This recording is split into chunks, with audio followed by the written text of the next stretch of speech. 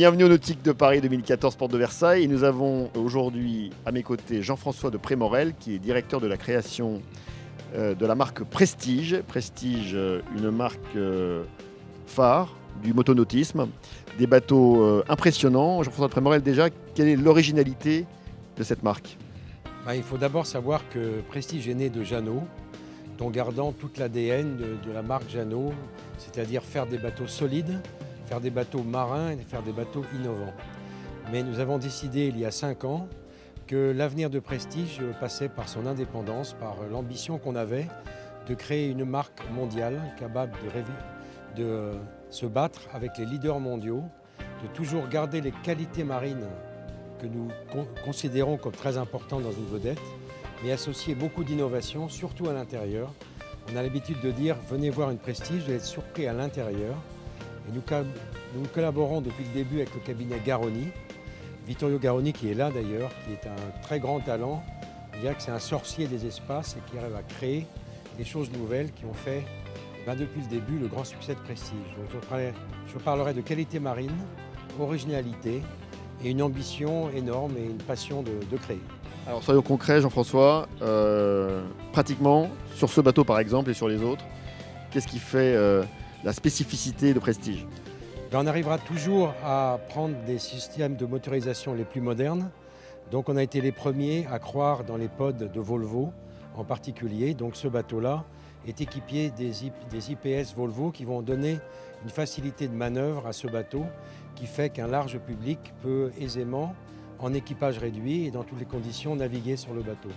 Après, c'est l'utilisation de l'espace. On va réussir pour un budget donné, pour une motorisation donnée, à tenter, et souvent on a réussi à le prouver, d'avoir plus d'espace de vie. Donc, ici, un très grand cockpit, et dans cette formule qu'on dit de couper, c'est-à-dire qu'on va avoir à la fois un très grand toit ouvrant, mais une porte qui peut fermer, un bateau qui va être agréable dans toutes les mers. Donc, dans les mers chaudes, on voudra tout ouvrir et être dehors, mais aussi dans les conditions climatiques, on voudra conditionner l'intérieur s'il fait très très chaud, ou au contraire avoir du chauffage dans des conditions différentes. L'originalité deuxième de ce bateau, qu'on a dans toutes les Prestiges aujourd'hui, c'est l'accès à une cabine propriétaire indépendante. Donc on a séparé les espaces de vie entre un espace invité qui se situe à l'avant dans ce bateau et une cabine propriétaire totalement indépendante. Ça fait 2 petits studios dans une 45 pieds, ce qui est tout à fait unique et qui fait le succès de ce bateau, comme le succès de notre best-seller depuis 5 ans maintenant, qui est la Prestige 500, qui est en face de nous, qui est sans doute au monde la 50 pieds la plus vendue, parce qu'elle a cet atout d'avoir ces zones séparées. En gros, Jean-François, l'exportation, c'est 80%? C'est 80%. 80% de Prestige est exporté et 50% de Prestige est vendu hors Europe. Donc nous avons eu une politique très ambitieuse ces 5 dernières années, de conquérir des nouveaux marchés, qu'ils soient en Asie, en Australie, Nouvelle-Zélande, mais aussi au Moyen-Orient et en Amérique du Nord et en Amérique du Sud. Ce qui fait qu'aujourd'hui, le grand export, c'est plus de la moitié de Prestige. Donc vos clients, qu'est-ce qu'ils veulent précisément, qu'est-ce qu'ils attendent de la marque? Dans une marque Prestige, on va chercher un bon rapport qualité-prix, on l'admet tout à fait. Nous ne sommes pas une marque d'immense luxe, on est une marque qui va offrir un produit de très grande qualité avec un très bon rapport qualité-prix et ses solutions innovantes. Et cherchant à conquérir tous les marchés du monde, nous cherchons à faire une synthèse. Donc on a des produits globaux dont la tentative est de plaire à la fois à un marché américain ou à un marché européen ou à un marché asiatique.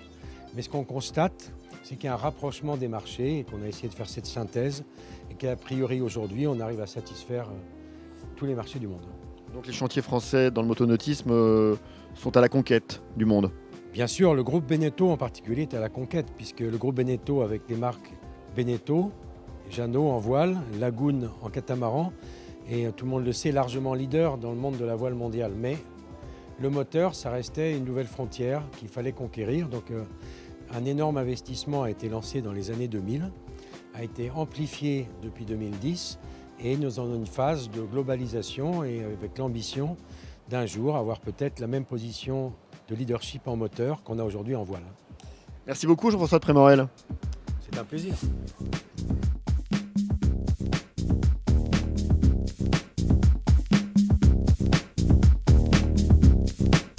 Retour dans le hall 2 du Nautique de Paris avec à mes côtés Fabrice Lacoum, directeur commercial de Yamaha Marine France. Et là nous sommes, cher Fabrice, devant le dernier né, le 130 chevaux. Il a quoi de particulier ?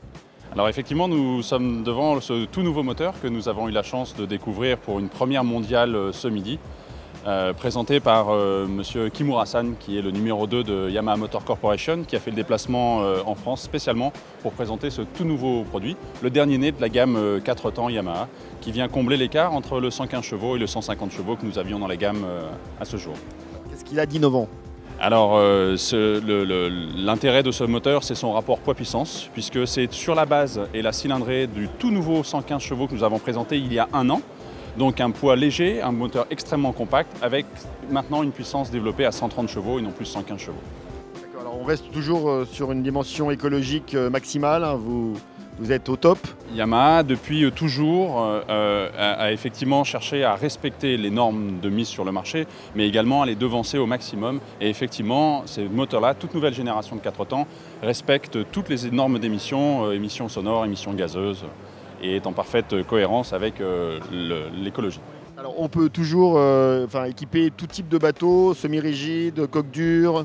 Oui. Ce moteur-là peut correspondre à de multiples marchés, que ce soit la plaisance, un petit peu en professionnel. Donc il va correspondre parfaitement à tous nos besoins. Alors, vous êtes leader en France, hein, avec un peu plus d'un tiers du marché. Vous êtes leader parce que vous avez une avance technologique sur les autres ? Alors on est leader pour pas mal de raisons. Il y a déjà cette image de qualité et de fiabilité qui est reconnue dans le monde entier, puisque Yamaha est numéro 1 dans le monde, dans cette partie nautisme. Après, on a la chance effectivement de s'appuyer sur une gamme extrêmement complète, du 2 chevaux 5 au 350 chevaux, donc un tout petit monocylindre en 2 chevaux et demi, 17 kg, au V8, 350 chevaux, 5 litres 3 de cylindrée, avec une gamme parfaitement complète, et puis la force d'un réseau. Un réseau extrêmement bien implanté avec plus de 150 points de vente répartis en France. Donc tout ça fait qu'effectivement nous sommes leaders depuis de nombreuses années. Les plaisanciers, qu'est-ce qu'ils attendent chez vous de particulier ? Quelle est vraiment la demande ? Notre métier de loisir est un petit peu particulier. On a une utilisation très ponctuelle de nos produits. Un plaisancier, ce qu'il attend, c'est que pendant ces 15 jours, 3 semaines, 1 mois de vacances, il n'ait aucune question à se poser sur la fiabilité, sur la qualité, sur le plaisir qu'il va avoir à utiliser nos produits. Et je pense qu'on correspond exactement à ce besoin-là. On va terminer un peu sur l'histoire de Yamaha Marine. C'est une marque qui a une vraie authenticité, qui est donc totalement dans le marché depuis longtemps. Yamaha Marine a été créé, le premier moteur marin a été créé dans les années 60. Donc effectivement, il y a une grande justification, il y a une énorme culture marine chez Yamaha, parce qu'on est effectivement extrêmement connu dans le monde de la moto. Mais il y a une culture marine qui est extrêmement forte, avec une grosse présence et un leadership très fort au Japon, une grosse présence aux États-Unis et donc une grosse culture marine. Et c'est quoi le savoir-faire japonais pour ceux qui ne connaissent pas ? Je crois que le savoir-faire japonais, il est reconnu pour sa qualité de fabrication et le sérieux de sa fabrication. D'où la fiabilité de tous nos produits. Que ce soit en moteur ou que ce soit en jet, en wave runner pour les jets Yamaha, cette qualité de fabrication et cette fiabilité est reconnue dans le monde entier. Merci beaucoup Fabrice Lacoum. Avec plaisir. Et nous se retrouve très vite pour le Nautique de Paris, toujours porte de Versailles. Au revoir.